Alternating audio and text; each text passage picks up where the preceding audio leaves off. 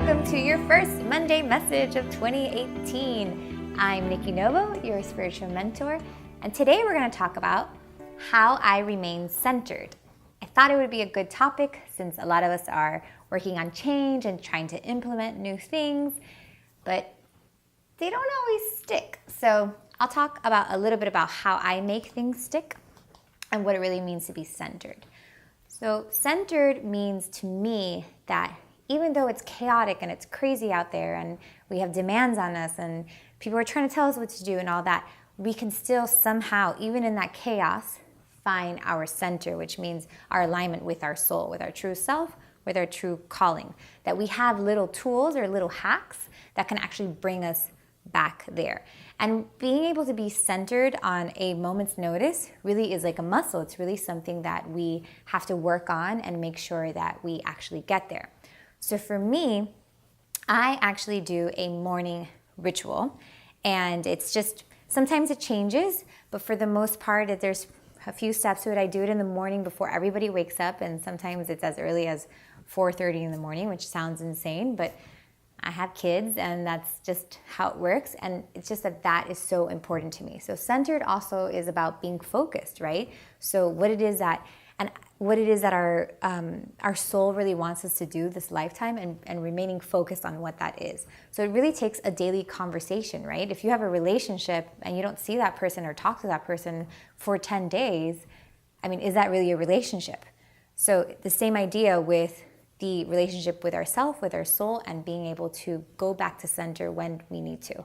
So I start off with waking up in the morning. I have my little notebook, and I start off with just listing the things that I'm thankful for so that I can really elevate my vibration. Even if I'm in a bad mood or I woke up bad, I can at least try to bring my vibration up and be thankful for all the things that I do have. And that starts to train my mind to see the world in a different way and to really see the beautiful and not to harp on the bad stuff, because there's going to be bad stuff, but not to actually spend so much time there, but to spend more time on what's going well in my life. The next thing I like to do is I like to visualize. So the things that I am working on, the things that I want to call into my life, like really what I'm working on and what I want in my life, I begin to visualize that. I do that for about 5 minutes or so, and it's really fun. It's like daydreaming. Just close your eyes and start visualizing what it is that you want.